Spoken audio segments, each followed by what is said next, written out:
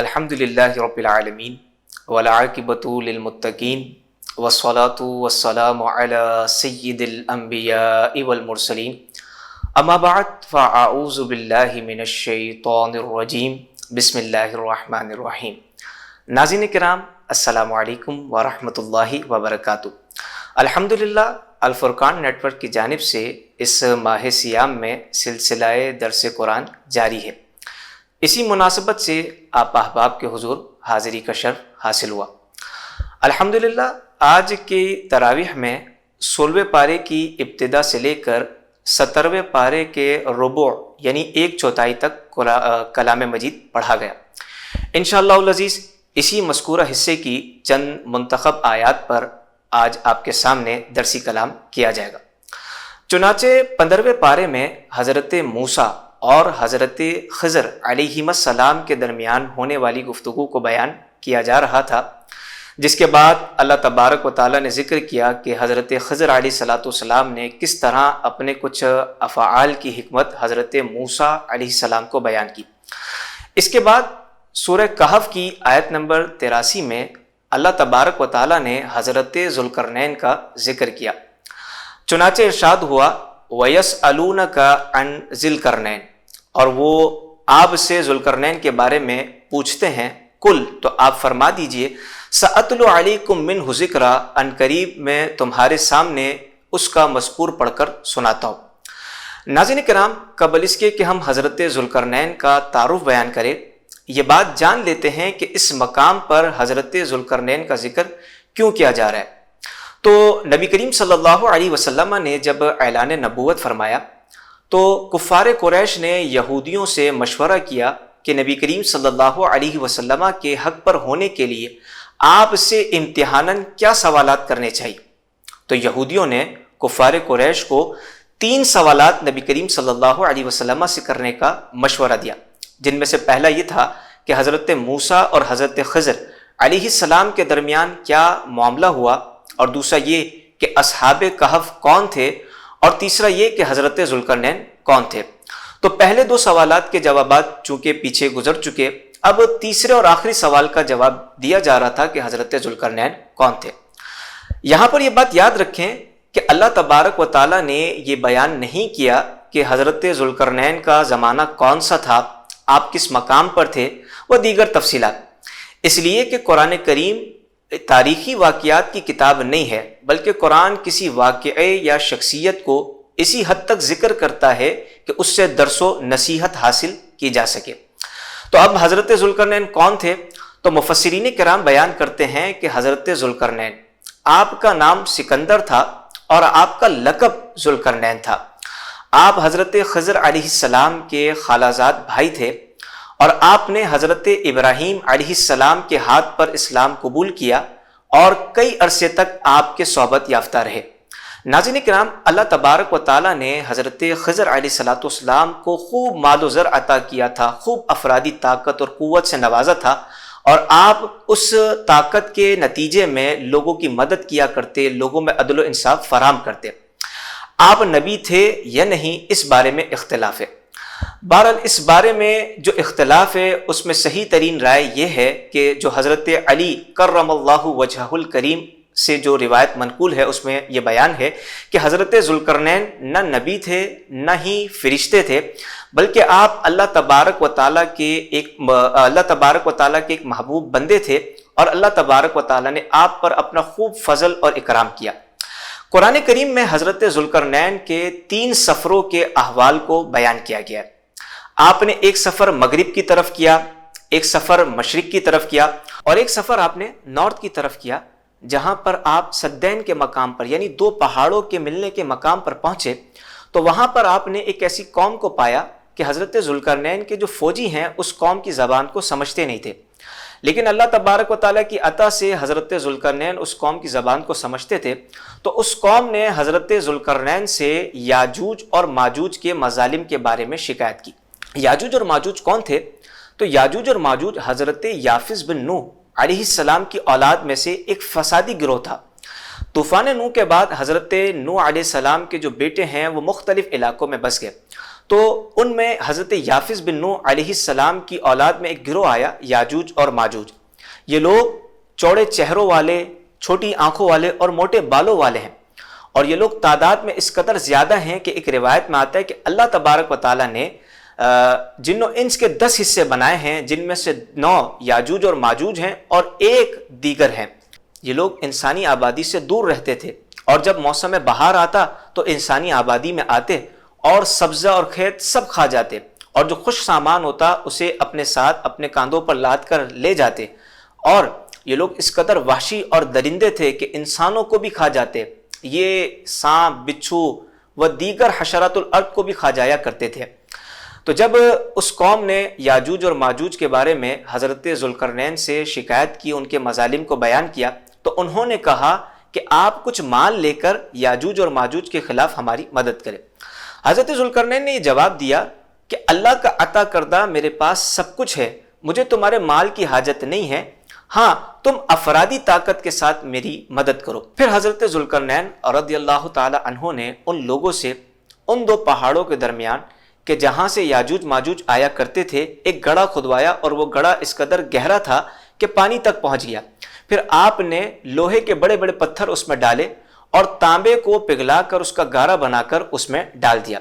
پھر آپ نے اس کے نیچے اور اس کے اوپر لوہے کے تختے لگائے اور درمیان میں لکڑیاں اور کوئلوں کو بھر کر آگ کو بھڑکا دیا، اور پھر آپ نے تانبے کو پگھلا کر اس پر ڈالا، حتیٰ کہ وہ ایک بہت بڑی اور عظیم دیوار تعمیر ہو گئی۔ اس دیوار کے بارے میں روایتوں میں آتا ہے کہ یاجوج اور ماجوج روز اس دیوار کو توڑ کر وہاں سے باہر نکلنے کی کوشش کرتے ہیں، لیکن وہ دیوار اس قدر بڑی اور ملائم ہے کہ وہ شام تک اسے توڑتے رہتے ہیں مگر اس میں وہ کامیاب نہیں ہوتے، حتیٰ کہ ان میں سے ایک شخص کہتا ہے کہ آج رہنے دیا جائے، کل ہم یہاں سے دوبارہ اس دیوار کو توڑنا شروع کریں گے، لیکن اللہ تبارک و تعالیٰ کی عطا سے وہ دیوار ویسی ہی ہو جاتی ہے جیسی انہوں نے صبح پائی ہوتی ہے۔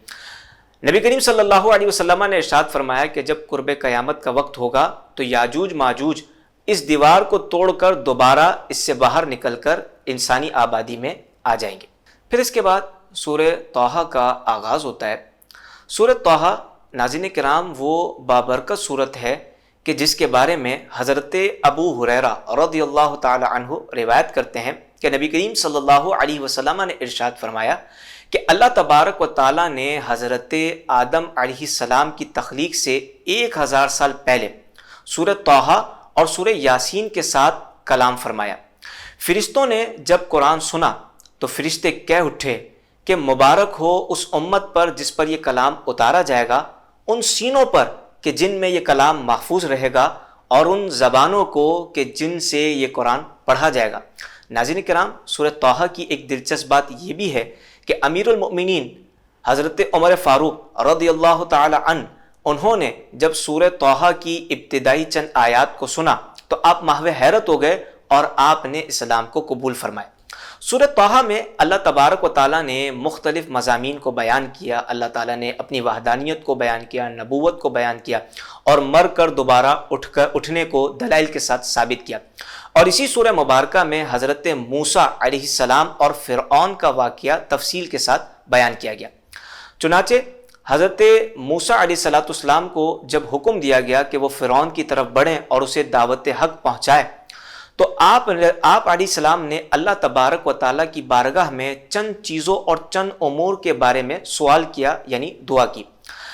اللہ تبارک و تعالیٰ ارشاد فرماتا ہے، قولا، حضرت موسیٰ علیہ السلام نے ارشاد فرمایا، رب اشرح لی صدری، اے اللہ میرے لیے میرے سینے کو کشادہ کر دے، کھول دے، ویسر لی امری، اور میرے لیے میرا معاملہ آسان کر دے، واحلل عقدۃ من لسانی، اور میری زبان کی گرہ کو کھول دے، یفقہوا قولی، تاکہ وہ میری بات کو سمجھے۔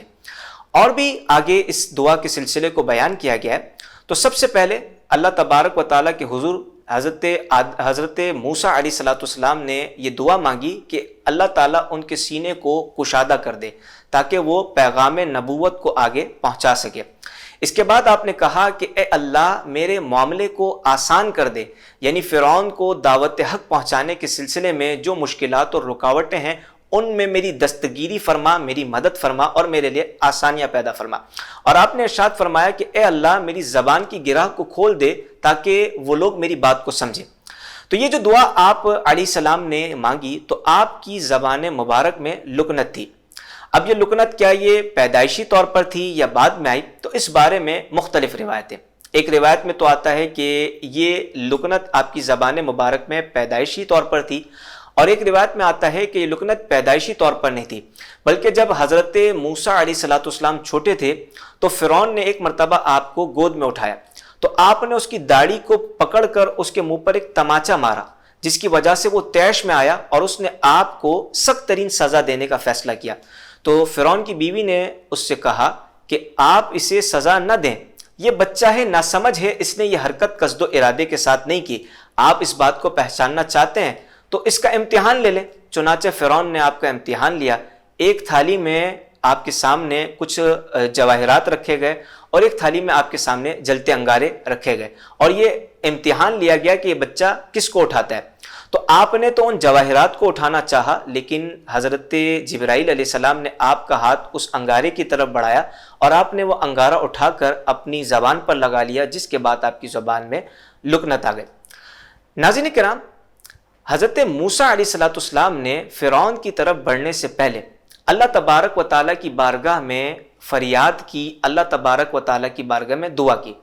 آپ کے اس عمل سے ایک درسی نقطہ یہ حاصل ہوتا ہے کہ ہمیں اپنے کاموں، اپنے عزائم میں سب سے پہلے دعاؤں کو مقدم کرنا چاہے ہمارا کام چھوٹا ہو یا بڑا ہو، چاہے مشکل ہو آسان ہو، چاہے اس کا ہونا ممکنات میں سے ہو یا ممکنات سے باہر نظر آتا ہو، ہمیں سب سے پہلے دعا کو مقدم رکھنا چاہیے۔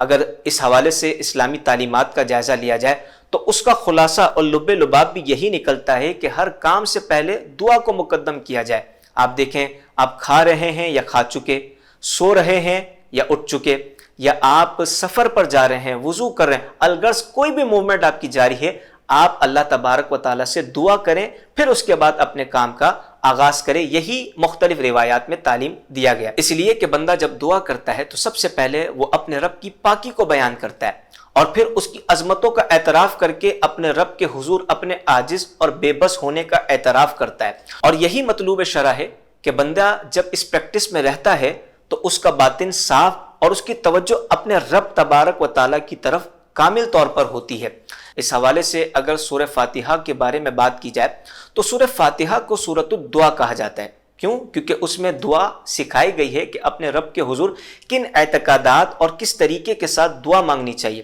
کہ بندہ سب سے پہلے تو اپنے رب کی حمد کو بیان کرے، الحمدللہ رب العالمین، تمام تعریفیں اور خوبیاں اللہ تبارک و تعالیٰ کے لیے ہے، الرحمن الرحیم مالک یوم الدین، جو کہ رحمان ہے، رحیم ہے اور آخرت کے دن کا مالک ہے۔ اور پھر بندہ جب اپنے رب کی عظمتوں کا اعتراف کر لے تو اپنی عاجزی اور بے بسی کو اپنے رب کے حضور ظاہر کرے، ایاک نعبد و ایاک نستعین، اے اللہ ہم تیری ہی عبادت کرتے ہیں، تیرے سامنے انکساری اور تواضع کرتے ہیں اور تجھی سے مدد کو چاہتے ہیں۔ ناظرین کرام، اس مقام پر جو اللہ تبارک و تعالیٰ نے اس آیت مبارکہ کی ترتیب رکھی، ایاک نعبد و ایاک نستعین، اے اللہ ہم تیری عبادت کرتے ہیں، تیری بندگی کرتے ہیں، تیرے سامنے تواضع انکساری اختیار کرتے ہیں اور تجھی سے مدد کو چاہتے ہیں۔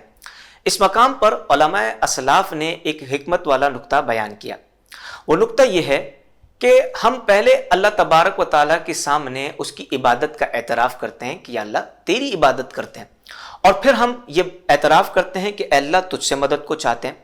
اس مقام پر کہنا یہ چاہیے یا ترتیب یہ ہونی چاہیے کہ ایاک نستعین، اے اللہ ہم تیری مدد کو چاہتے ہیں، و ایاک نعبد، اور تیری مدد سے تیری عبادت کرتے ہیں۔ لیکن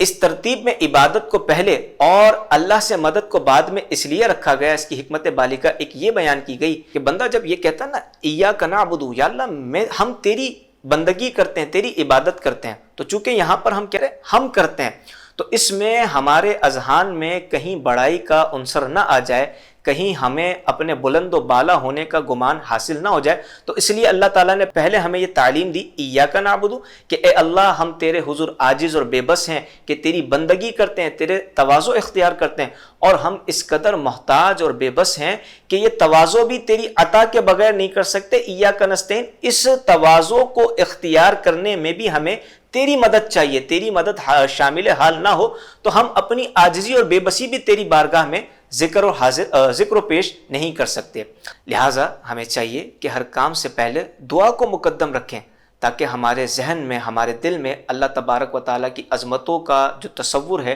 وہ اور پختہ ہو، اور ہمیں ہر دم یہ احساس ہو کہ اللہ کی مدد شامل حال نہ ہو تو ہم اپنا چھوٹے سے چھوٹا کام نہیں کر سکتے۔ جب ہماری پریکٹس اس طرح کی ہوگی تو ہمارا اپنے رب سے تعلق جو ہے اور مضبوط ہوگا، جو کہ شریعت کو مطلوب ہے۔ لیکن ہمارے یہاں پر المیہ یہ ہے کہ عام طور پر تو ہم بہت سے امور میں دعا کرتے ہی نہیں ہیں، یا دعا کرتے بھی ہیں تو رسمی طور پر کرتے ہیں۔ دعا کے جو آداب اور تقاضے ہیں ان کی رعایت بمشکل کر پاتے ہیں،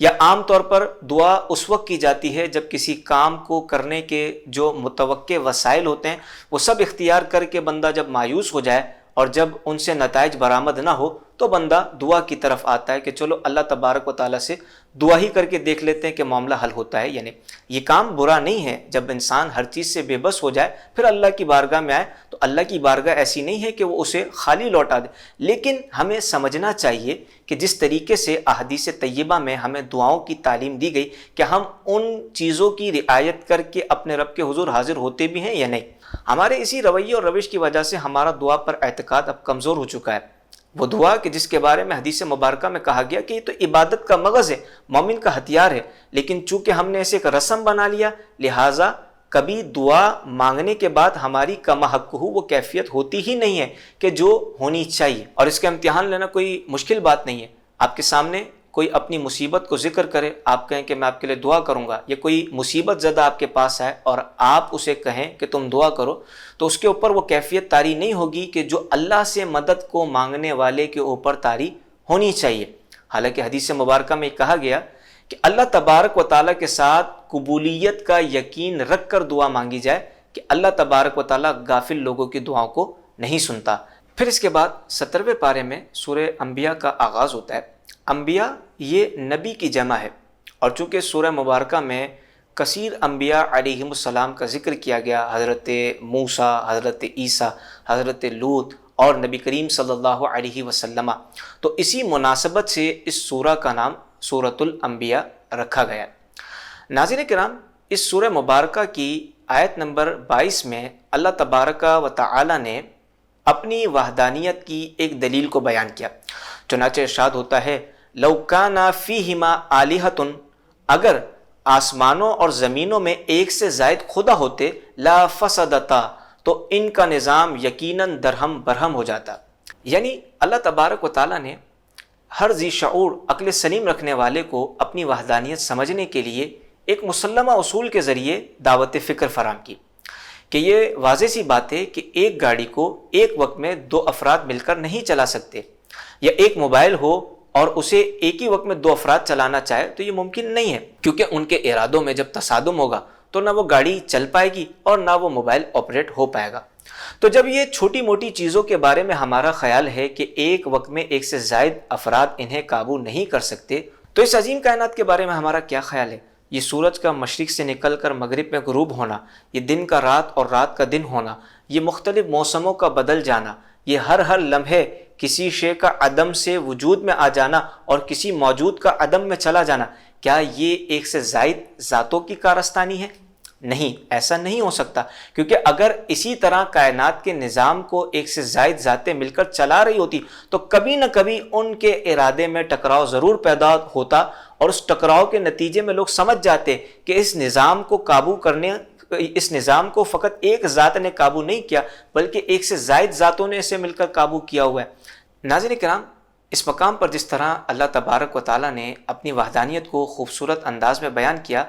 یہاں سے ہمیں ایک بات یہ بھی سمجھ لینی چاہیے کہ اسلام کے جتنے بھی نظریات اور فکرے ہیں وہ سب کے سب مضبوط اور مستحکم دلائل پر قائم ہیں۔ ایسا ہرگز نہیں کہ اسلام جذباتی باتوں یا بے بنیاد دعووں کی کوئی تصویر ہے، بلکہ اسلام میں جو کچھ ہے وہ سب کا سب مستند اور مستحکم دلائل سے ثابت شدہ ہے۔ لیکن ہمارے لیے ایک لمحہ فکریہ ہے۔ عام طور پر ہم کسی عمل یا عقیدے کو اختیار کرنے سے پہلے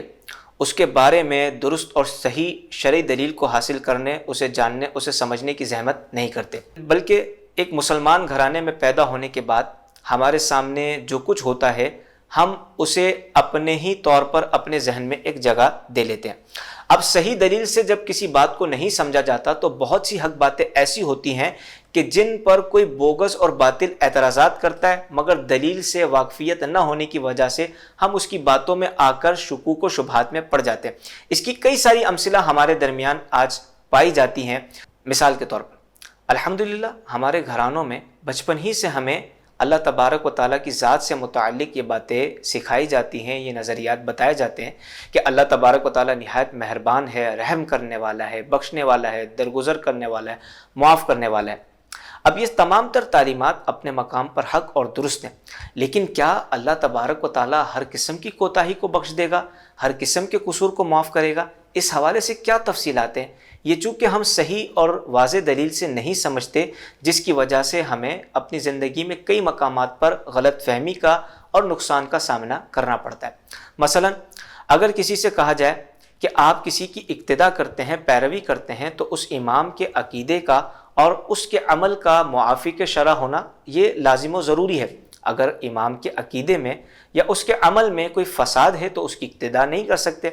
اب چونکہ ذہن میں یہی تصور ہے کہ اللہ تعالیٰ تو مہربان ہے، بخشنے والا ہے، لہٰذا اس مسئلے کو تسلیم نہیں کیا جاتا اور کہا جاتا ہے کہ اللہ تعالیٰ خوب مہربان ہے، ہم اللہ کے لیے نماز پڑھتے ہیں، اللہ تعالیٰ قبول فرمائے گا، لہٰذا ہمیں کسی کی پیروی سے نہ روکا جائے۔ اسی طرح کافروں سے، فاسقوں سے، بد مذہبوں سے میل جول کے حوالے سے قرآن و حدیث میں واضح طور پر بیان کیا گیا کہ ان سے غیر ضروری مراسم نہ رکھے جائیں، کیونکہ اگر آپ ان سے غیر ضروری ان کی صحبت میں رہیں گے تو ان کی صحبت کے برے اثرات انسان کی طبیعت پر پڑیں گے اور جس کے نتیجے میں انسان کو نقصان کا سامنا کرنا پڑے گا۔ اب جب یہ باتیں لوگوں کے سامنے بیان کی جائیں، ظاہر کی جائیں، تو کہتے ہیں یہ تو ایک تنگ نظری ہے، اسلام کے اندر بڑی وسعت ہے، لہٰذا جس کے ساتھ جس طرح چاہے میل جول رکھا جائے، کوئی پابندی عائد نہیں ہونی چاہیے۔ تو یہ صحیح دلیل نہ سیکھنے کا ہمارے اوپر بعض اوقات وبال ہوتا ہے۔ اسی طرح ہمارے یہاں بہت سے لوگ کسی عمل یا عقیدے کو اختیار کرنے سے پہلے غلط یا کمزور دلیل کا انتخاب کر لیتے ہیں کہ جس کے نتیجے میں انہیں نقصان اٹھانا پڑتا ہے۔ معذرت کے ساتھ مگر عصر حاضر کی یہ ایک حقیقت ہے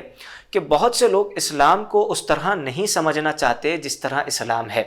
بلکہ انہوں نے اپنے ہی کچھ اصول بنائے ہوتے ہیں اور وہ اپنے اصولوں سے اسلام کو گویا خریدنا چاہتے ہیں۔ اس کی ایک آسان اور واضح سی مثال یہ ہے کہ بہت سے لوگ یہ اصول بیان کرتے ہیں کہ جب تک مجھے کسی بارے میں مطمئن نہ کر دیا جائے تب تک میں کسی چیز کو نہیں مانوں گا۔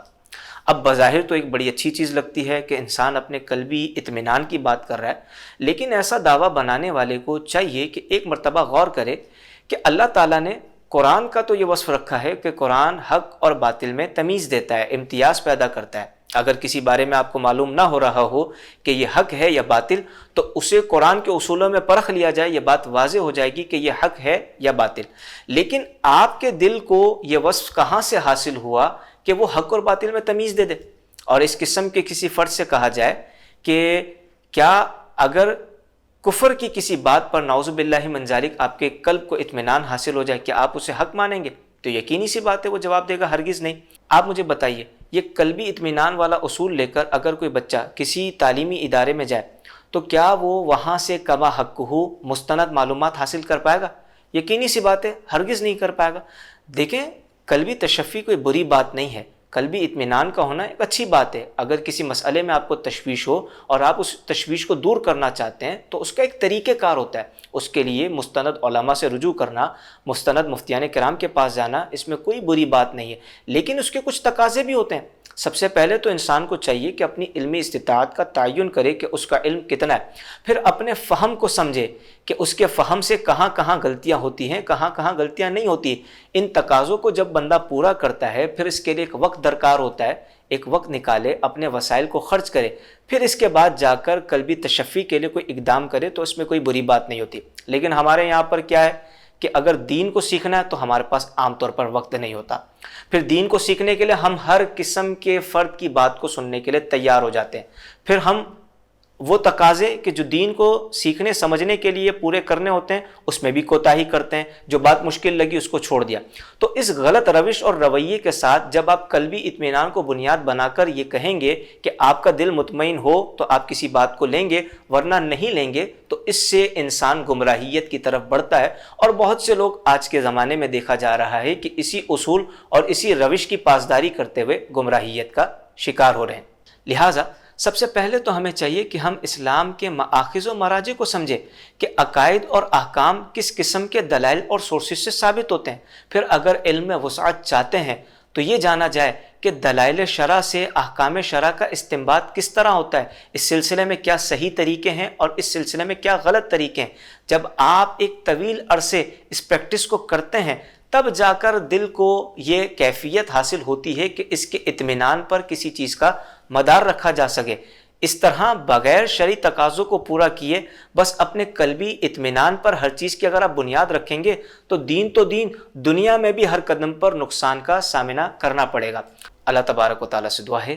کہ آج کے درس کو بیان کرنے میں جو کوئی غلطی ہوئی اسے اپنے حبیب رؤوف الرحیم صلی اللہ علیہ وسلم کے طفیل معاف فرمائے، اور جو کچھ عمل سے متعلق ذکر کیا گیا بوقت عمل ہم سب کو اس پر عمل کی سعادت نصیب فرمائے، آمین۔ وآخر دعوانا ان الحمد للہ رب العالمین۔ گزارش ہے تمام دیکھنے والوں سے کہ تمہیں خوشخبری آپ کو یہ دینا چاہتا ہوں، پچھلے سال کے اگر آپ دروس سنیں گے تو اس وقت میں دعا کر رہا تھا اور آپ سے بھی ہم گزارش کر رہے تھے کہ ہماری بڑی اکیڈمی الفرقان اسکالرز اکیڈمی کا بڑا ایک مرکز قائم ہونے والا ہے۔ اب الحمدللہ NOC بھی ہمیں مل گئی اور تعمیرات کا آغاز بھی ہو گیا ہے۔ میں آپ سب کو مشورہ دیتا ہوں، اگر اپنے لیے بہت بڑا ثواب جاریہ کرنا چاہتے ہیں تو دو میں آپ کو آپشن پیش کرتا ہوں۔ ایک، اس کنسٹرکشن میں آپ حصہ لیں، بہت بڑا ثواب جاریہ ہوگا، جتنا اس میں کام ہوتا رہے گا سارا ثواب آپ کو۔ دوسرا، عالم بنائیں، مفتی بنائیں۔ آپ ایک عالم کی، ایک مفتی کی کفالت کریں، اس کا ماہانہ اخراجات، سالانہ اخراجات، جتنا ہمارے یہاں 6 ایئرس کا کورس ہوتا ہے اس بچے کی آپ کفالت کریں، وہ عالم بنے گا، مفتی بنے گا، وہ استاد بنے گا، کتابیں لکھے گا، فتوے لکھے گا، تدریس کرے گا اور عالم اور مفتی بنائے گا، بیانات کرے گا، اصلاح کرے گا، لوگوں کو اچھے مشورے دے گا، ان سب کا ثواب آپ کے نام اعمال میں لکھا جائے گا۔ تو یہ ضرور آپ ثواب جاریہ کریں۔ اس کے علاوہ میری گزارش ہے کہ ہماری اکیڈمی الفرقان اسکالرز اکیڈمی میں مختلف کورسز ہوتے ہیں۔ فرض علوم کورس کریں، اس کے علاوہ اگر شارٹ کورسز کرنے ہیں، گروپ میں کرنے ہیں، وہ ہم آپ کو پرووائڈ کر سکتے ہیں۔ اگر آپ نے انڈیویجولی طور پر، انفرادی طور پر ٹیچر کو آپ چاہتے ہیں کہ آپ اس کے ساتھ انوالو ہوں، وہ ہم ٹیچر بھی آپ کو دے دیں گے، میل اینڈ فیمیل دونوں کے لیے سہولت موجود ہے۔ اردو میں کرنا چاہتے ہیں، انگلش میں کرنا چاہتے ہیں، یہ بھی ہم آپ کو ٹیچرز پرووائڈ کر سکتے ہیں۔ ضرور قریب آئیے اور علم بڑھائیں، جہالت کا خاتمہ کریں، اپنی آنے والی نسلوں کے بارے میں سوچیں۔ الحمدللہ رب العالمین والصلاة والسلام علی سید الانبیاء والمرسلین، اما بعد فاعوذ باللہ من الشیطان الرجیم، بسم اللہ الرحمن الرحیم۔ آج انشاءاللہ سورہ طٰہٰ کی آیت نمبر 75 اور 76 کے اوپر کلام ہوگا انشاءاللہ، 75 اور 76 پر۔ اللہ تعالیٰ ارشاد فرماتا ہے کہ وَمَن يَأْتِهِ مُؤْمِنًا، اور جو اللہ تعالیٰ کی بارگاہ میں حاضر ہو اس حال میں کہ وہ مومن ہو، قد عمل الصالحات، اور اس حال میں کہ اس نے نیک اعمال کیے تھے، فَأُولَئِكَ لَهُمُ الدَّرَجَاتُ الْعُلَىٰ، تو یہ وہ لوگ ہوں گے کہ ان کے لیے بلند درجات ہیں۔ جنات عدن، ہمیشہ رہنے والے باغات ہیں، تجری من تحتها الانہار خالدین فیہا، ایسے باغات جن کے نیچے سے نہریں جاری ہیں، وہ اس میں ہمیشہ رہیں گے۔ وَذَلِكَ جَزَاءُ مَن تَزَكَّىٰ، اور یہ ان لوگوں کی جزا ہے جو پاکیزہ ہو گئے، صاف ستھرے ہو گئے۔ اس میں بھی ہمارا ایک عقیدہ آخرت بیان ہوا۔ اللہ تبارک و تعالیٰ نے اخروی انعامات کا ذکر کیا اور اس کے لیے معیار دو چیزیں بنائیں۔ جو حقیقی معیار تو یہ ہے، باقی اللہ تعالیٰ چاہتا ہے تو اس میں تبدیلی فرما سکتا ہے، لیکن بعض میں ہوتی ہے اور بعض کا اس کا فیصلہ ہے کہ وہ تبدیلی نہیں کرے گا۔ اس کی تفصیل یہ ہے کہ دو چیزوں کو معیار بنایا، ایک ایمان اور دوسرا نیک عمل، ان کے لیے انعام ذکر ہوا۔ اس کا مطلب یہ اللہ تعالیٰ کا معیار ہے، لیکن اللہ تعالیٰ کبھی کبھی اس میں خود تصرف فرما سکتا ہے اور تبدیلی کر دیتا ہے، لیکن ایمان کے اندر اور نیک اعمال کے ارتکاب، اس میں سے جو ایمان کا مسئلہ ہے اللہ نے اس کے لیے فیصلہ فرما لیا کہ اگر کوئی حالت کفر و شرک میں مر گیا اور توبہ نہیں کی تھی اس کو اللہ نہیں بخشے گا۔ یہ قرآن میں بیان ہوا اور میں نے اس پہ پورا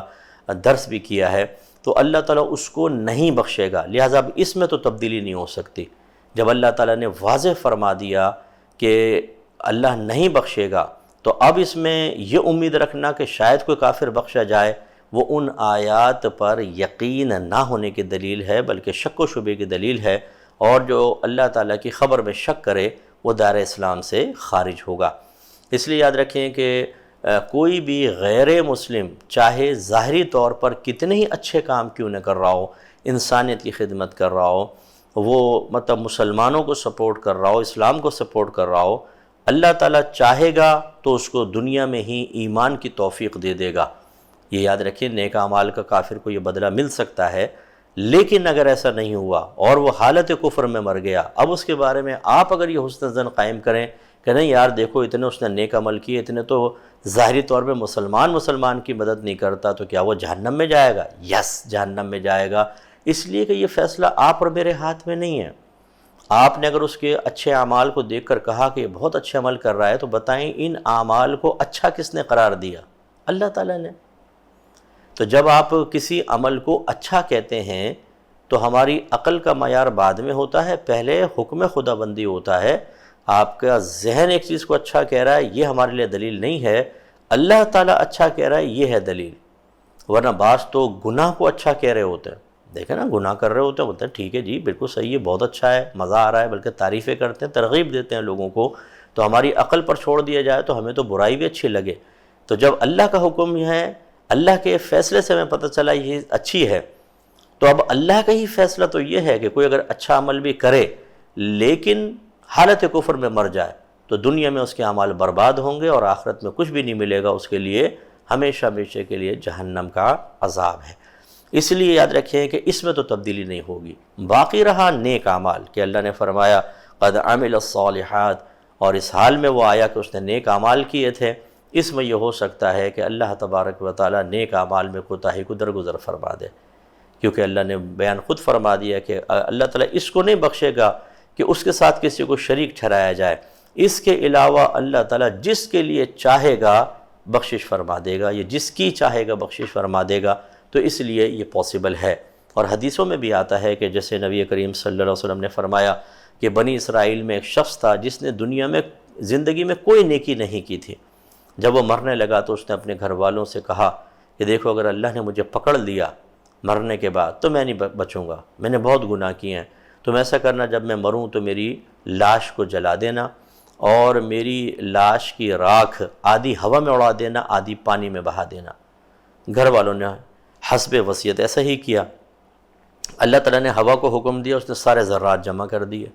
پانی کو حکم دیا، سارے ذرات جمع ہوئے، اللہ نے حکم فرمایا وہ زندہ انسان ہو گیا۔ اللہ نے فرمایا تو نے یہ وصیت کیوں کی تھی؟ حالانکہ کہ اللہ نہیں جانتا، بالکل اللہ جانتا ہے، لیکن ہمارے لیے اللہ تعالیٰ نے فرمایا بتا تو نے یہ وصیت کیوں کی تھی؟ تو اس نے عرض کی یا رب کریم تو جانتا ہے تیرے خوف کی وجہ سے میں ڈر گیا تھا کہ اگر میں تیری گرفت میں آ گیا تو مجھے چھوڑے گا نہیں، کیونکہ میں نے زندگی میں کوئی نیک عمل نہیں کیا۔ تو اللہ تعالیٰ فرمائے گا کہ یا روایت میں ہے کہ اللہ نے فرمایا کہ جا میں نے تیری بخشش فرما دی، فرشتوں گواہ رہنا کہ میں نے اس کی بخشش فرما دی۔ تو وہ پچھلی امت کا کوئی شخص تھا، کسی اور نبی کا امتی تھا، کوئی عمل نہیں کیا تھا، اللہ نے بخش دیا کیونکہ حالت ایمان میں کم از کم مرا تھا۔ تو سوچئے کہ اس امت کا مسلمان جو کچھ نہ کچھ نیک عمل بھی کرتا ہے تو اسے اپنے بارے میں کتنا حسن ظن رکھنا چاہیے۔ میں یہ نہیں کہہ رہا ہوں کہ آپ گناہ کریں معاذ اللہ اور سوچیں کہ بس میں تو نبی کا امتی ہوں، بخشا ہی جاؤں گا۔ وہ بھی اس وجہ سے بخشا گیا تھا کہ حالت ایمان پہ مرا تھا۔ حالت ایمان پر مرنا نہ مرنا یہ آپ کو مجھے نہیں پتا، اس کا تو فیصلہ ہو گیا نا، وہ تو حالت ایمان پہ مرا تھا، ہمیں پتہ چل گیا۔ خدا نہ کرے اگر کوئی گناہوں پر دلیر ہو جائے اور ایک ناجائز رحمت کا یقین رکھے کہ اللہ بڑا رحیم و کریم ہے، بخش دے گا، سرکار بھی تو ہوں گے میری شفاعت کر دیں گے، اہل بیت اطہار، صحابہ کرام، اولیاء اعظام، میں تو ان سے عقیدت رکھتا ہوں، میری سفارش کر دیں گے، یہ سب اس صورت میں ہوگا آپ ایمان تو بچا کر لے کر جائیں۔ اگر خدا نخواستہ کثرت گناہ کے بعد یا اس کے ساتھ یا اس کے سبب یا اس کے ذریعے اور اسی طریقے سے جہالت کی وجہ سے ہم نے کوئی خطا کی ایسی جس سے ایمان چلا گیا یا کلمہ کفر زبان سے نکال دیا، ایمان ہی چلا گیا اور تجدید ایمان کا موقع نہ ملا، پھر کون سفارش کرے گا؟ پھر تو بخشش ہی بند ہو جائے گی۔ اس لیے بالکل جرأت مند ہونے کی حاجت نہیں ہے، لیکن سمجھایا یہ ہے کہ اللہ تعالیٰ چاہے تو اس میں کمی بیشی کر سکتا ہے، ہماری خطاؤں کے باوجود اللہ تعالیٰ ہمیں بخشنے پہ قادر ہے، بشرطے کہ ہم حالت ایمان پر دنیا سے رخصت ہوئے ہوں، کفر و شرک پہ نہ مرے ہوں، اور تو پھر نجات کی امید تو ہے، لیکن جیسے آپ کو کہا کہ ڈرتے ہی رہنا چاہیے کہ بعض اوقات انسان اسی غفلت اور خوش فہمی کی وجہ سے بعض اوقات ایمان سے محروم ہو جاتا ہے۔ اب ہمارے انعامات کو ذکر ہوا، پس یہ وہ لوگ ہیں کہ ان کے لیے درجات اولیٰ ہیں، بلند درجات ہیں۔ اب جن درجات کو اللہ بلند کہے ان کی بلندی کا عالم کیا ہوگا؟ میں اکثر سمجھاتا ہوں کہ اگر کوئی یہ کہے کہ ایک غریب جھگیوں میں رہتے تھے، انہوں نے کہا کہ فلاں شخص نے اپنی بیٹی کی شادی کی، جھگی والے نے، اور اپنی بیٹی کو بہت جہیز دیا، آپ کا کیا خیال ہے بہت جہیز سے کیا مراد ہوگی؟ تو آپ کو جھگی لیول پر آنا ہوگا، پھر آپ دیکھیں گے جو ان کے ہاں بہت زیادہ جہیز کہلاتا ہے، وہ جو اپر لیول جو مالدار شخص ہے وہ اس جہیز کو دیکھے تو ہنس پڑے کہ یہ بہت زیادہ ہے، یہ تو بالکل معمولی سا ہے، لیکن ان کے لیے تو بہت زیادہ ہے نا۔ اگر لکھ پتی یہ بات بولے کہ لکھ پتی کے بارے میں کہ اس نے اپنی بیٹی کو بہت جہیز دیا، تو کسی کروڑ پتی کے بارے میں آپ یہ کہیں اور ارب پتی کے بارے میں کہیں اس نے بیٹی کو جہیز دیا اور بہت دیا، اندازہ کریں جیسے جیسے لوگ بدلتے ہیں، شخصیات بدلتی ہیں، ان کے لیولز بدلتے ہیں، ویسے ویسے بہت زیادہ جہیز کا تصور بھی بدلتا رہے گا۔ بس اس بات کو اگر آپ نے سمجھ لیا، آپ یہ دیکھیں اللہ فرما رہا ہے جو دنیا سے ایمان کی حالت میں گیا، میرے پاس ایمان کی حالت میں آیا اور اس نے نیک اعمال کیے تھے، تو اللہ تعالیٰ نے ان کے لیے بلند درجات رکھے ہیں، بلند درجہ۔ اب وہ کتنے بلند ہوں گے؟ اللہ تعالیٰ پر کی طرف توجہ کریں، اس ذات کو دیکھیں جس کی خزانوں میں کسی چیز کی کوئی کمی نہیں۔ ایسے ایسے سیارے آپ دیکھتے ہیں جو اسپیس سے تھوڑی سی بھی دلچسپی رکھتے ہیں کہ ہماری زمین جو ہے وہ سورج کے اندر سما جائیں، بہت ساری زمین ہے، اتنا بڑا سورج ہے، اور سورج کئی لاکھ سورج کسی سیارے کے اندر سما جائیں، اتنے بڑے بڑے بھی سیارے موجود ہیں، ستارے موجود ہیں، تو اللہ نے بڑے بڑے بنائے ہوئے ہیں، اتنے بڑے بڑے کہ کچھ انتہا نہیں۔ اس سے اندازہ ہوتا ہے کہ اللہ کی قدرت بڑی کامل ہے اور اس کے خزانوں میں کوئی کمی نہیں ہے۔ اور ابھی تو وہ چیزیں جو دریافت ہو گئیں، اس سے کتنے بڑے بڑے سیارے ابھی نگاہوں سے پوشیدہ ہیں، جن کے سورج نہیں ہیں، وہ تو تاریکی میں رہتے ہیں بالکل، پھر وہ کبھی کبھار کوئی کسی ذریعے سے ظاہر ہوتے ہیں۔ تو اندازہ کریں کہ اس رب نے ہمارے لیے کتنے بڑے بڑے درجات رکھے ہوں گے۔ اس لیے یہ جب ہم سوچتے ہیں نا تو ہمیں شوق پیدا ہوتا ہے آخرت کا کہ بڑے بڑے درجات۔ نبی کریم صلی اللہ علیہ وسلم نے فرمایا کہ سب سے ادنا ترین جنتی کو اتنی بڑی جنت دی جائے گی، یعنی جنت میں اتنی بڑی جنت دی جائے گی جو دنیا سے 10 گنا زیادہ ہوگی، یہ ادنا ترین کے بارے میں، اور جو اعلیٰ ترین ہوں گے اندازہ کریں کہ کتنی بڑی جگہ ان کو دی جائے گی۔ تو اس لیے ہمیں نیک عمل کرنے چاہیے۔ پھر فرمایا کہ ایسے باغات ہیں، ہمیشہ رہنے والے باغات، جن کے نیچے سے نہریں جاری ہیں، وہ اس میں ہمیشہ رہیں گے۔ یاد رکھیں کہ جب جنتیوں کو جنت میں داخل کیا جائے گا تو ایک فرشتہ ندا کرے گا کہ اے جنتیوں خوش ہو جاؤ کہ اب تم ہمیشہ اس میں رہو گے، کبھی نہیں نکالے جاؤ گے، تم ہمیشہ تندرست رہو گے، کبھی بیمار نہیں ہوگے، تم ہمیشہ جوان رہو گے، تم پہ کبھی بڑھاپا نہیں آئے گا، تم ہمیشہ صحت مند رہو گے، کبھی بھی تم بیمار نہیں ہوگے۔ تو جب جنتی اس ندا کو سنیں گے تو ان کی خوشی دوبالا ہو جائے گی۔ تو اب وہاں پر موت نہیں ہے، وہاں پر بیماریاں نہیں ہیں،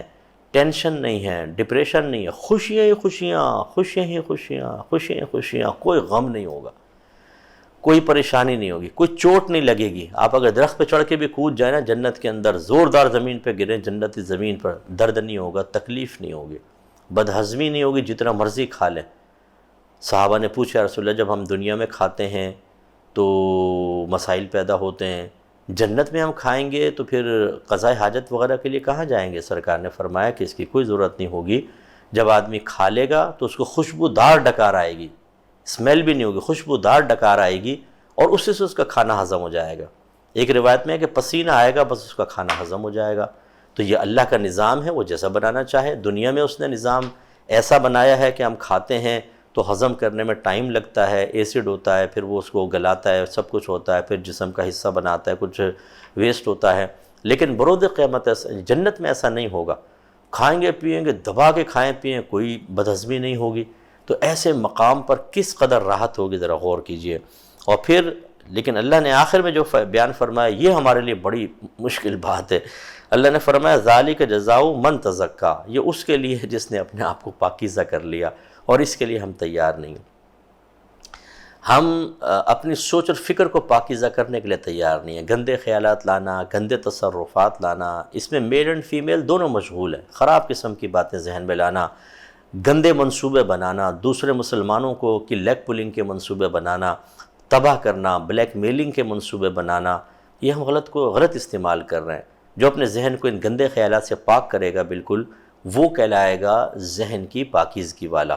تو اللہ نے فرمایا آخرت ان کے لیے ہے جس نے اپنے آپ کو پاک کر لیا۔ تو سب سے پہلے ذہن کو، پھر نگاہوں کا معاملہ ہوتا ہے کہ بد نگاہی، کسی کو مطلب جہاں دیکھنا منع ہے وہاں دیکھنا، یہ غلط ہوتا ہے۔ انٹرنیٹ کے اوپر آج نوجوان گندی چیزیں دیکھ رہے ہیں، غلط چیزیں دیکھ رہے ہیں، جس سے طبیعت میں اشتعال پیدا ہوتا ہے، خرابیاں پیدا ہوتی ہیں، اخلاقی خرابی پیدا ہوتی ہے، اپنی محارم پہ گندی نظر پڑنے شروع ہو جاتی ہے۔ بعض نوجوانوں نے مجھے یہاں تک بتایا،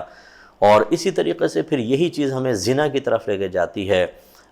لواطت کی طرف لے کے جاتی ہے۔ لڑکے کا لڑکے یا مرد کا مرد کی طرف دل مائل ہوتا ہے، ہم جنس پرستی جس کو کہا جاتا ہے، عورت کا عورت کی طرف دل مائل ہوتا ہے، نگاہ کو آزاد چھوڑنے کی وجہ سے۔ اس لیے اللہ تعالیٰ نے پاکیزہ شخص کے بارے میں فرمایا کہ جزا اس کے لیے جو پاکیزگی اختیار کرے گا۔ اس کا مطلب ذہن کو بھی پاکیزہ کرنے کی ضرورت ہے، اور اس کی پاکیزگی کا معیار کیا ہے کہ صرف آپ اچھی چیز دیکھیں یا مباح چیز دیکھیں، نہ گناہ نہ ثواب۔ پھول دیکھا آپ نے، پرندے دیکھے، چھوٹے بچے ہوتے ہیں کھیلتے کودتے، آپ ان کو دیکھ رہے ہیں، پرندوں کو دیکھ رہے ہیں، ٹھیک ہے، یہ چیزیں کوئی مسئلہ نہیں ہے، لیکن حرام سے اپنی نگاہ کو مکمل طور پہ بچائیں۔ ایسی زبان کا مسئلہ ہے۔ زبان کی پاکیزگی یہ ہے کہ ہم غیبت، چغلی، طعنہ زنی، مذاق اڑانے سے، جھوٹ بولنے سے محفوظ رہیں۔ لیکن آج مسلمان کے لیے کس قدر مشکل ہے۔ ناراض مت ہوئیے گا، ہماری گھر کی بہنیں اپنی بچیوں کو جھوٹ سکھا رہی ہوتی ہیں، خود جھوٹ بولتی ہیں گھر کے اندر، غیبتیں کرتی ہیں، چغلیاں کرتی ہیں، برائیاں کرتی ہیں، بہتان لگاتی ہیں۔ بیٹیاں ساتھ بیٹھی ہوتی ہیں، وہ بھی سیکھ رہی ہوتی ہیں، بلکہ بعض اوقات تو مائیں تائید کرواتی ہیں، بول میں صحیح کہہ رہی ہوں، نہیں کہہ رہی ہوں، ہاں صحیح کہہ رہی ہیں۔ یعنی جب بہو کو ڈیمیج کرنا ہو بیٹے کی نگاہ میں تو جھوٹ مسلط کر کے، بہتان لگا کر، الزام لگا کر، اور بیٹیوں سے تائید لے رہی ہوتی ہیں۔ اب جو بیٹی آپ کے گناہ میں شریک ہو کر، آپ کے جھوٹ میں شریک ہو کر یس یس کہہ رہی ہے، کل وہ آپ سے جھوٹ نہیں بولے گی؟ کیا وہ سسرال میں جا کے جھوٹ نہیں بولے گی؟ کیا وہ دوسرے مسلمانوں سے جھوٹ نہیں بولے گی؟ دلیر تو آپ نے کیا ہے۔ ناراض مت ہوئیے گا، ایسی ماؤں پر اللہ رحمت نازل فرمائے جو خود اپنے بچوں کو جہنم کی آگ میں دھکیلتی ہیں، ان کو عذابات قبر کے اندر مبتلا کرنے کی خود کوششیں کر رہی ہیں۔ اپنی زبان کو پاکیزہ کریں، بچے بھی پاکیزہ ہوں گے۔ پھر وہ میرے بہنیں بھی ذرا درس حاصل کریں جو دو بدو شوہر کو جواب دیتی ہیں، اسے گالیاں تک دیتی ہیں۔ ایسے ایسے میرے پاس واقعات آئے، ماں بہن کی گالیاں آپ اندازہ کریں۔ اور ایسی بہن اگر مجھے سن رہی ہوگی نا، کوئی بالفرض کوئی کلپ وغیرہ بھیج دیں، وہ مجھے گالی دینا شروع ہو جائیں گی۔ ہمیں بھی بہت سی ایسے ملی ہیں، گالیاں تو نہیں لیکن اتنے برے برے الفاظ کی کچھ انتہا نہیں، بس مرضی کے خلاف کر لیں۔ تو میں ایک جملہ ضرور لکھتا ہوں کہ بہن میں تو غیر مرد ہوں، ایک عالم بھی ہوں، مفتی بھی ہوں، آپ میرے ساتھ جو بیڈ لینگویج یوز کر رہی ہیں، پتہ نہیں اپنے شوہر کا کیا کرتی ہوں گی آپ۔ اس میں بھی بیچاری اچھل جاتی ہوں گی، پھر میں تو خیر بعد میں پھر تو جواب ہی نہیں دیتا ہوں۔ اگر ایسی کوئی خاتون بدتمیزی کرتی ہیں، نمبر بلاک کر دیتا ہوں، میل پر بھی بلاک کر دیتا ہوں۔ ٹھیک ہے بھئی، جاؤ پھر، آپ جانے، آپ کا رب جانے، اللہ چاہے گا بخشش فرمائے گا، چاہے گا آپ کی گریب فرمائے گا۔ لیکن میری بہنوں، اپنے شوہروں کے حق کو سمجھیے۔ ہم ساتھ ساتھ شوہروں کو بھی سمجھاتے ہیں، وہ بھی اپنی زبانوں کو کنٹرول کریں۔ اگر بیوی کو محکومہ بنایا تو اس کا مطلب یہ نہیں کہ آپ اس کو ماں بہن کی گالیاں دیں، مرحوم ماں باپ کو گالیاں دیں، اپنے بچوں کے سامنے، اپنے بھائی بہنوں، اپنی ماں کے سامنے، مہمانوں کے سامنے ذلیل کریں، آپ کی بھی گرفت ہوگی۔ لیکن ہماری بہنیں اکثر اپنے شوہر کے حق کو پہچاننے سے قاصر ہوتی ہیں۔ کوئی اگر شوہر نے غلطی کر لی، خاص طور پہ اگر وہ دوسری عورت کے ساتھ انوالو ہوا اور ظاہر ہو گیا، تو عورت جب ناراض ہوتی ہے نا تو شوہر منانے کی کوشش کرتا ہے، تو اس کو ایک احساس برتری ہوتا ہے کہ اب میں آئی غالب، پہلے تو میں ڈرتی تھی، اب یہ ڈر رہا ہے، تو وہ فوراً ماننے کے لیے تیار نہیں ہوتی، کیونکہ نفس کو کتنی لذت مل رہی ہوتی ہے اس وقت کہ یار میں حاکمہ ہو گئی، یہ مجھ سے ڈر رہا ہے، منتیں کر رہا ہے، سوری کر رہا ہے۔ وہ چاہتی ہیں یہ وقت بڑھے، یہ کیفیات چلتی رہیں، یہ معاملہ چلتا رہے۔ میں نہیں مانتی ہوں، تم نے ایسا کیوں کیا، میں جا رہی ہوں، میں چھوڑ رہی ہوں تمہیں۔ میری بہنوں، اتنا اس کو دیوار کے ساتھ نہ لگائیں کہ پھر آخر میں وہ کہے کہ ٹھیک ہے نکلو یہاں سے، اب تو میں کروں گا جو۔ ایک کتنی بہنیں ایسی ہیں جو سب کچھ کر کے، اس وقت کی قدر کر کے شوہر کو اپنا بنا لیتی، اسے پیار سے سمجھا دیتی۔ کیا آپ خطاؤں سے پاک و صاف ہیں؟ اگر شوہر نے غیر عورت سے مراسم قائم کیے، غلط، تو آپ گھر میں بیٹھ کے غیبت کر رہی ہیں، وہ بھی تو غلط۔ آپ نمازیں نہیں پڑھ رہی ہیں، یہ بھی غلط ہے، اور دونوں گناہ بالکل برابر کے شریک ہیں۔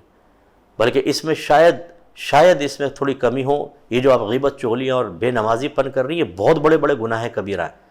لیکن بس چونکہ ہمارے معاشرے میں یہ معیوب سمجھا جاتا ہے، اور اگر میکے میں آپ بتا دیں یا سسرال میں اس کے راز ظاہر کر دیں تو وہ بدنام ہو جائے گا، وہ بدنامی سے بچنے کے لیے کر رہا ہے، تو آپ نے کہا کہ اب تو اس کو سوٹا کنڈی میں مسل دو، بالکل دبا کے، اس کو جتنا دبا سکتی ہو دباؤ۔ اس کا نتیجہ نکلتا ہے کتنے شوہر ایسے ہیں کہ جو پھر فیڈ اپ ہو جاتے ہیں اور کہتے ہیں جا بتا، اپنے گھر میں بتا اور کر، میں نے تو شادی کرنی ہے، کر کے دم لوں گا۔ یعنی ضد باندھ دیتی ہیں، اس کو ضدی بنا دیتی ہیں اور خراب کر لیتی ہیں معاملہ۔ تو یہ سمجھانا یہ مقصود ہے کہ اگر شوہر میں خطا ہو، وہ غلط ہو، وہ بالفرض غلط کر رہا ہے، میں تو خود کہہ رہا ہوں وہ غلط ہے، وہ آخرت میں پھنسے گا۔ میرے بیانات سن لیں یوٹیوب کے اوپر، میں شوہروں کو بہت زیادہ سمجھاتا ہوں، میں چھوڑتا نہیں۔ یہ مت سوچئے گا کہ میں مرد ہوں اس وجہ سے میں شاید بہنوں کو کہہ رہا ہوں اور شوہروں کی تائید کر رہا ہوں، یہ نہیں ہے۔ ہم شریعت کے غلام ہیں، شریعت کے خادم ہیں، آپ کے نہیں۔ نہ شوہروں نے ہمیں کچھ دیا، نہ ہماری بہنوں نے دیا، ہم تو شریعت بیان کرنے کے پابند ہیں۔ یہ اطمینان قلبی رکھ کر سمجھیں کہ شوہر کیسا بھی ہو، آپ کو کم از کم اللہ کی نافرمانی کی اجازت نہیں ہے۔ نبی کریم صلی اللہ علیہ وسلم نے فرمایا کہ اگر میں کسی مخلوق کو سجدہ کرنے کا حکم دیتا تو بیویوں کو حکم دیتا کہ وہ اپنے شوہروں کو سجدہ کریں۔ تو دیکھیں اتنا حق رکھا ہے شوہر کا، لیکن ہماری بہنیں، اور میں اکثر یہ سمجھاتا ہوں، اللہ نے فرمایا فَلَا تَقُلْ لَهُمَا أُفٍّ وَلَا تَنْهَرْهُمَا وَقُلْ لَهُمَا قَوْلًا كَرِيمًا۔ ماں باپ کے بارے میں اللہ فرما رہا ہے کہ ماں باپ کے سامنے اف بھی مت کہو، اور ان کو ڈانٹو نہ مت، انہیں ڈانٹو مت، اور ان کے سامنے نرمی سے بات کہو، لاؤڈلی نہیں، چیخ کر نہیں، چلا کے نہیں، سینے پر چڑھ کے نہیں، ہاتھ پکڑ کے نہیں، گریبان پکڑ کے نہیں۔ تو اس کا مطلب ہے یہ ماں باپ کا حق ہے۔ اب حدیث سنیں، نبی کریم صلی اللہ علیہ وسلم فرماتے ہیں کہ عورت پر سب سے زیادہ حق اس کے ماں باپ کا ہے،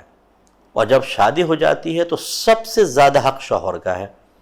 اب نتیجہ کیا نکلا کہ جب ماں باپ کو اف کہنا منع، انہیں ڈانٹنا منع، ان کے سامنے نرم بات کہنے کا حکم یعنی لہجہ سخت کرنا منع، تو شوہر کا حق تو ماں باپ سے بھی زیادہ ہوا، تو پھر اس کے ساتھ یہ معاملہ کیوں نہیں ہوگا؟ لیکن ہماری خاص طور پہ جو باہر عورتیں رہتی ہیں، جنہیں قانونی پروٹیکشن حاصل ہے، جن کو معلوم ہے کہ ایک فون کریں گے تو شوہر کو پولیس پکڑ کے لے جائے گی، تو وہ جو چٹنی بناتی ہیں شوہروں کی، ناراض مت ہوئیے گا میری بہنوں، لیکن ایک جگہ میں نے UK میں بیان کر رہا تھا تو میں نے شوہروں کو سمجھایا کہ عورتوں پہ ظلم نہ کریں وغیرہ وغیرہ۔ جب ہم کھانا کھانے کے لیے بیٹھے تو ایک شخص میرے ساتھ بیٹھا تھا، اس نے کہا مفتی صاحب یہ بیانات یہاں نہ کیا کریں۔ میں نے کہا کیوں؟ کہہ لیں گے یہاں پر عورتیں ظالم ہیں، شوہر مظلوم ہیں۔ اب یہ اس کا اپنا مشاہدہ ہوگا یا اپنے گھر کی بات ہوگی، ایسا نہیں ہے کہ UK میں ایسے ہی ہو رہا ہے ہر جگہ، لیکن کہنے کا مطلب یہ ہے کہ باہر جو میرے پاس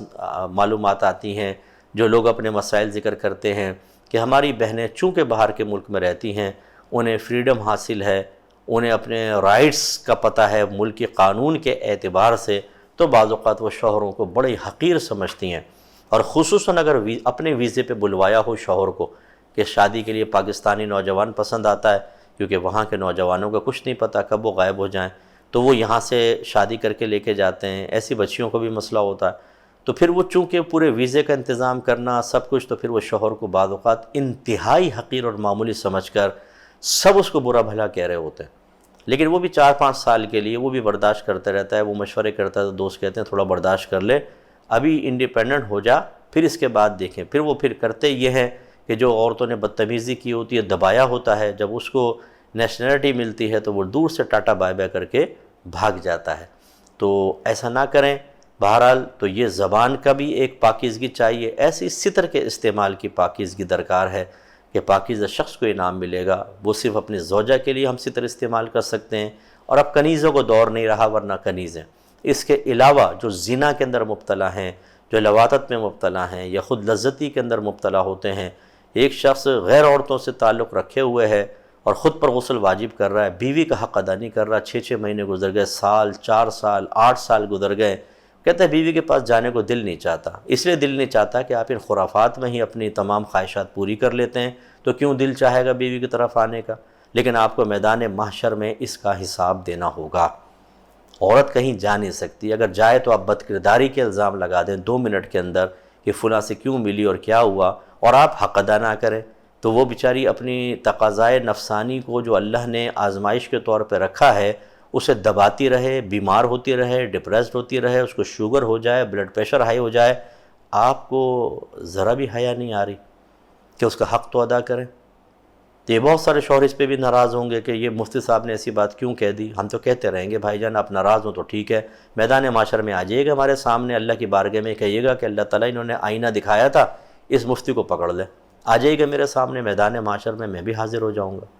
دیکھتے ہیں کہ پھر مجھے سزا ملتی ہے یا آپ کو سزا ملتی ہے۔ غلطیاں آپ کریں، کوتاہیاں آپ کریں، اور ہم بیان نہ کریں تاکہ ان کوتاہیوں پہ پردہ رہے، اور آپ ہر قسم کی گندگی کرنے کے باوجود سرخر رہیں بیوی کے سامنے کہ جی میں ٹھیک کر رہا ہوں۔ ہم جیسا آدمی غلط ثابت کر دے تو آپ کی پھر عزتوں کے پردے چاک ہو جائیں، جو جھوٹی عزتیں آپ نے بنائی تھی تو ہمیں گالیاں بکنا شروع کر دیں۔ یہ غلط رویہ ہے آپ کا، میدان معاشر میں آپ کو اس کا حساب دینا ہوگا۔ ایسی اپنی ارننگ کو پاکیزہ کریں، یہ احکام سیکھنے سے ہوگا، کہاں کون سی جاب سے سیلری آپ کی بالکل طیب حلال، کس بزنس کا پروفٹ حلال، کس انویسٹمنٹ کا پروفٹ طیب اور حلال۔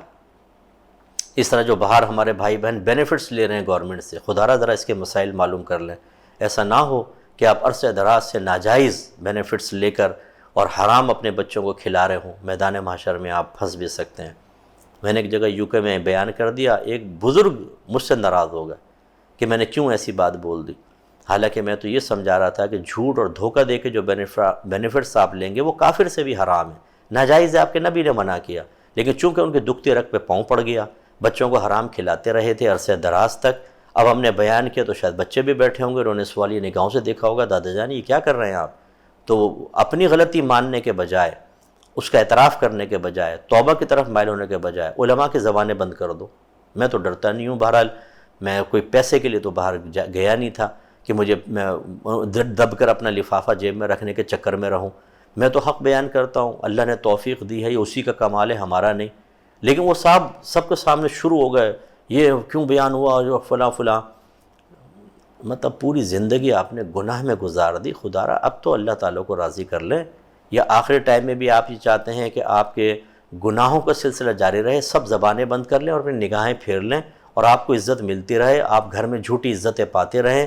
اور ناجائز پیسے سے اپنی بیوی، بچوں، پوتا پوتیوں، نواسا نواسیوں کے چہروں پہ خوشی ظاہر ہوتی دیکھتے رہیں۔ کیا کر رہے ہیں آپ؟ کس راہ پہ لگا رہے ہیں اپنے گھر والوں کو؟ آخرت میں حساب و کتاب۔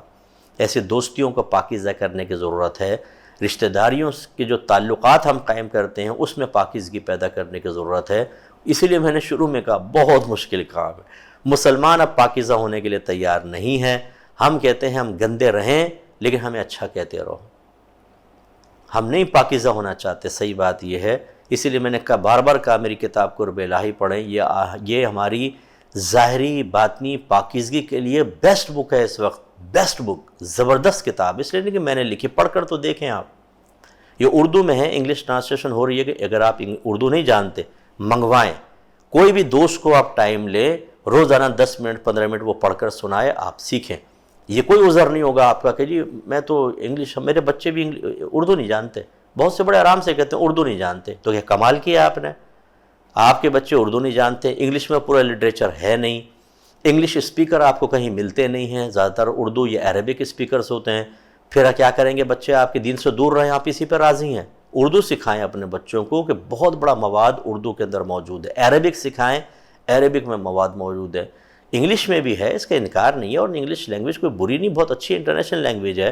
لیکن یہ کوئی عذر نہیں ہے، اس کو عذر مت بنائیں۔ تو یہ آپ کتاب لیں اور اس کو پڑھیں تاکہ واقعی حقیقی پاکیزگی حاصل ہو، اس میں مدد ملے۔ لیکن اگر آپ کہتے ہیں کہ یار کون کتاب پڑھے، کون قرآن پڑھے، کون حدیث پڑھے، چھوڑو ہم ایسے صحیح ہیں، تو بھائی یہ قرآن کا پھر مطلب یہ کہ یہ بیان کیوں کیا گیا تھا؟ اس لیے کیا گیا تھا کہ اس کو سنو اور رد کر دو؟ ایسا نہیں ہے، سنیں اور اپنائیں، ہمت کریں۔ بعض کہتے ہیں صاحب اتنی بڑی عمر ہو گئی، اب کیا کریں گے ہم؟ عمر چاہے کتنی بھی ہو گئی، اللہ کی رحمت بہت بڑی ہے۔ اگر آپ 60-65 کے بھی ہیں اور آپ سابقہ گناہوں پر توبہ کر کے اللہ کی طرف مائل ہوئے، 1 سال ہی فرض کر لیں آپ کو لگا کہ چلو میں اچھے عمل کرتا ہوں اور آپ کا انتقال ہو گیا، انشاءاللہ یہ اچھی نیت اور ایک مثبت قدم اٹھانے کا آغاز کر دینا آپ کے لیے نجات و بخشش کا سبب بن سکتا ہے۔ میں بار بار بس آخر میں دعوت دیتا ہوں، ایک دفعہ پھر دے رہا ہوں کہ ایک تو آپ یوٹیوب پہ جائیں، تدبر قرآن بائے مفتی اکمل، یہ تفسیر قرآن ہے، اس کو آپ سنیں۔ ایپیسوڈز ہیں اس کے، ایک ایپیسوڈ چاہے 2 ٹائمز آپ اس کو 2 حصوں میں تقسیم کر لیں، اگر ٹائم ہے تو پورا سن لیا کریں، اس میں آیات بھی آئیں گی، ترجمہ آئے گا اور تفسیر آئے گی۔ اسی طرح میرا پروگرام ہے درس بخاری، یہ بھی یوٹیوب پر ڈلا ہوا ہے، اس کے ایپیسوڈ 1 سے دیکھنا شروع کریں، ایک حدیث اس کا ترجمہ شرح سنیں اور اس میں سمجھاتا ہوں، اس پہ غور و تفکر کریں۔ تیسرا فقہ کے قریب آئیں، احکام شریعت میرا پروگرام یوٹیوب پر ہے، وہ ایک پروگرام ڈیلی سن لیا کریں، بڑی معلومات ہوں گی، اور تمام جو مسائل ہوتے ہیں وہ قرآن و حدیث کی تعلیمات سے اخذ کیے ہوئے ہوتے ہیں۔ اس کے علاوہ میری کتاب لیں، بیسٹ بک ہے، اور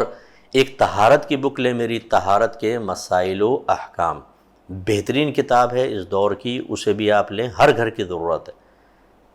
ہم نے تو دیکھیں چیزیں آپ کو دے دیں، اب آپ اس سے اکتساب نہیں کریں گے تو کون سا عذر ہے آپ کے پاس؟ یہ بھی نہیں کہہ سکتے اللہ تعالیٰ ہمارے اطراف میں جو علماء تھے سمجھایا نہیں تھا۔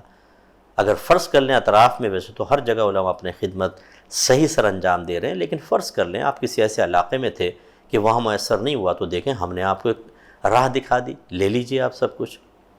اس کے علاوہ میرے روزوں کی کتاب بھی آ چکی ہے، یہ کتاب ضرور لیجئے، اگرچہ رمضان سٹارٹ ہو گیا ہے۔ روزے، تراویح،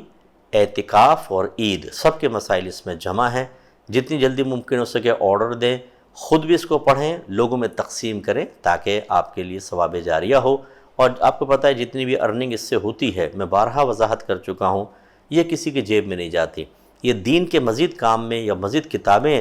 پرنٹ کروانے میں ہی یوز ہوگی، اور آپ کے لیے انشاءاللہ ثواب جاریہ ہوگا۔ اس کے علاوہ اگر آپ چاہیں تو ہمارے اکیڈمی سے آن لائن کورس کریں، فرض علوم کورس کریں، یہ بیسٹ ہوتا ہے، اپنے بچوں کو کروائیں، بلوغت سے پہلے فرض علوم کورس کروا لیں، انگلش میں کرنا ہے، اردو میں کرنا ہے، دونوں ہم ٹیچر پرووائڈ کر دیں گے، یہ ضرور آپ کیجئے، بہت نفع ہوگا۔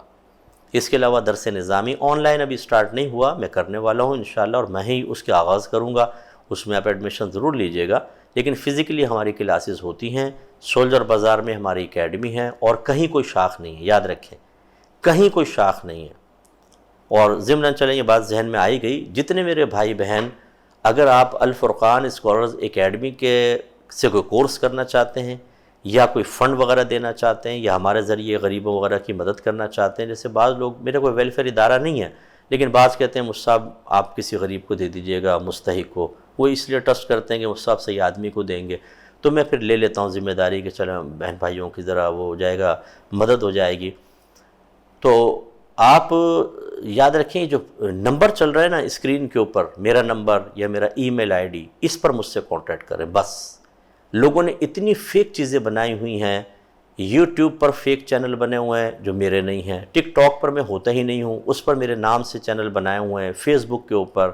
اور کئی لوگ مجھے کہہ چکے ہیں کہ مفتی صاحب ہم تو سمجھے وہ آپ ہیں، ہم نے ان کو فنڈ دے دیا، ہم نے ان سے کورس کر لیے، آپ اندازہ کریں۔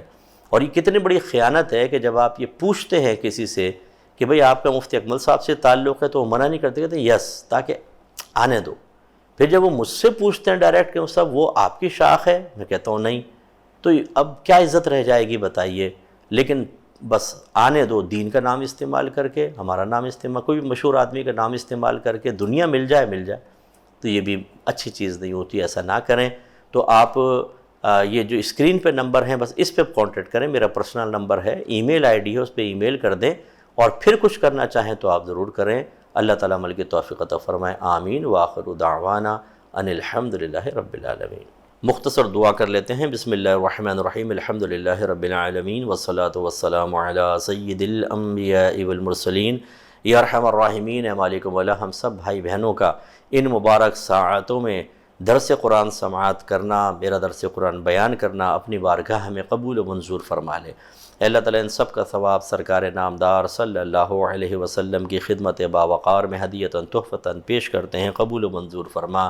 آپ کے وسیلہ جلیلہ سے حضرت آدم علیہ السلام سے لے کر آج تک جتنے مسلمان دنیا سے پردہ فرما چکے، دنیا میں موجود ہیں، قیامت تک آئیں گے، ان سب کے نام اعمال میں منتقل فرما دے۔ خاص طور پر جتنے میرے بھائی بہن اس وقت ہاتھ اٹھا کر دعا مانگ رہے ہیں، ان تمام حاضرین کے، مرحومین کے جو مسلح حالت ایمانی میں دنیا سے رخصت ہوئے، ان کے نام اعمال میں منتقل فرما۔ اے اللہ تعالیٰ ان سب کی بخشش و مغفرت فرما دے، ان کی قبور کو جنت کے باغوں میں سے ایک باغ بنا دے، ان کی قبروں کو تحد نگاہ وسیع فرما دے، قبر کے عذاب، وحشت، تنگی، کیڑے مکوڑوں سے محفوظ فرما، انہیں بھی ہمیں بھی میدان محشر میں ہر قسم کے حساب و کتاب سے محفوظ رکھنا، نبی کریم صلی اللہ علیہ وسلم کی زیارت و شفاعت سے مشرف فرمانا، بلا حساب و کتاب جنت الفردوس میں دائمی ٹھکانہ عطا فرمانا۔ اے مالک و مولا، جتنے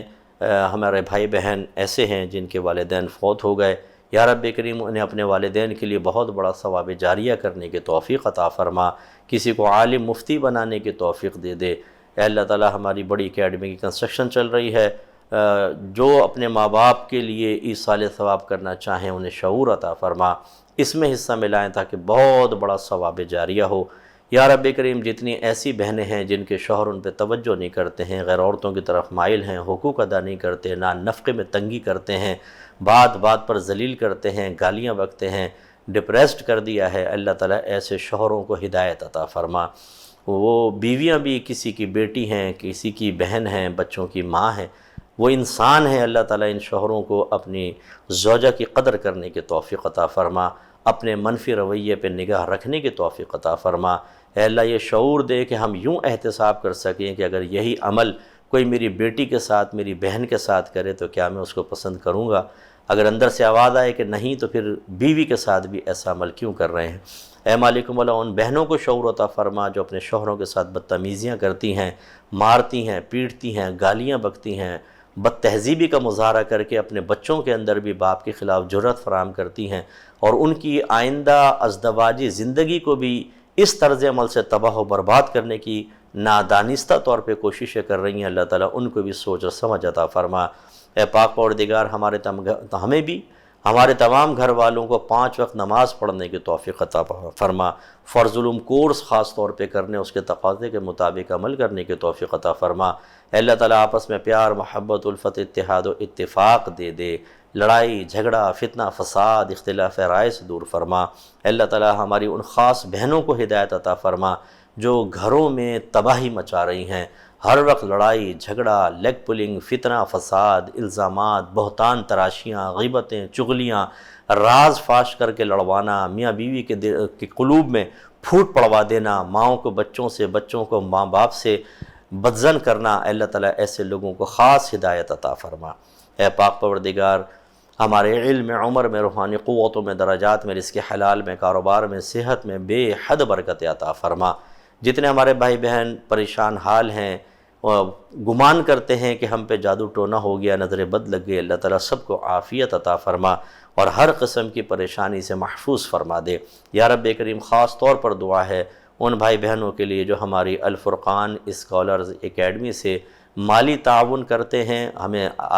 دین کے کام کے سلسلے میں آسانی فراہم کرتے ہیں، دینی طلباء کے لیے آسانی فراہم کر کے میدان محشر میں اپنا حساب و کتاب آسان کر رہے ہیں۔ اللہ تعالیٰ ان پر بھی اپنی خاص رحمت نازل فرما، ان کے درجات کو بلند فرما، ان کی تمام فکریں، پریشانیاں، ذہنی ٹینشنز، آفات دور فرما دے، دشمنوں کے، حاسدوں کے شر سے محفوظ فرما۔ اے اللہ تعالیٰ، ان کی روزیوں میں بے تحاشا برکت عطا فرما، جو بھی ان کی جائز حاجات ہیں، جس سلسلے میں یہ پریشان ہے، غیب سے ان کے حل کے لیے امداد عطا فرما۔ صلی اللہ تعالی علی خیر خلقہ ونور عرشہ سیدنا و مولانا محمد وعلی آلہ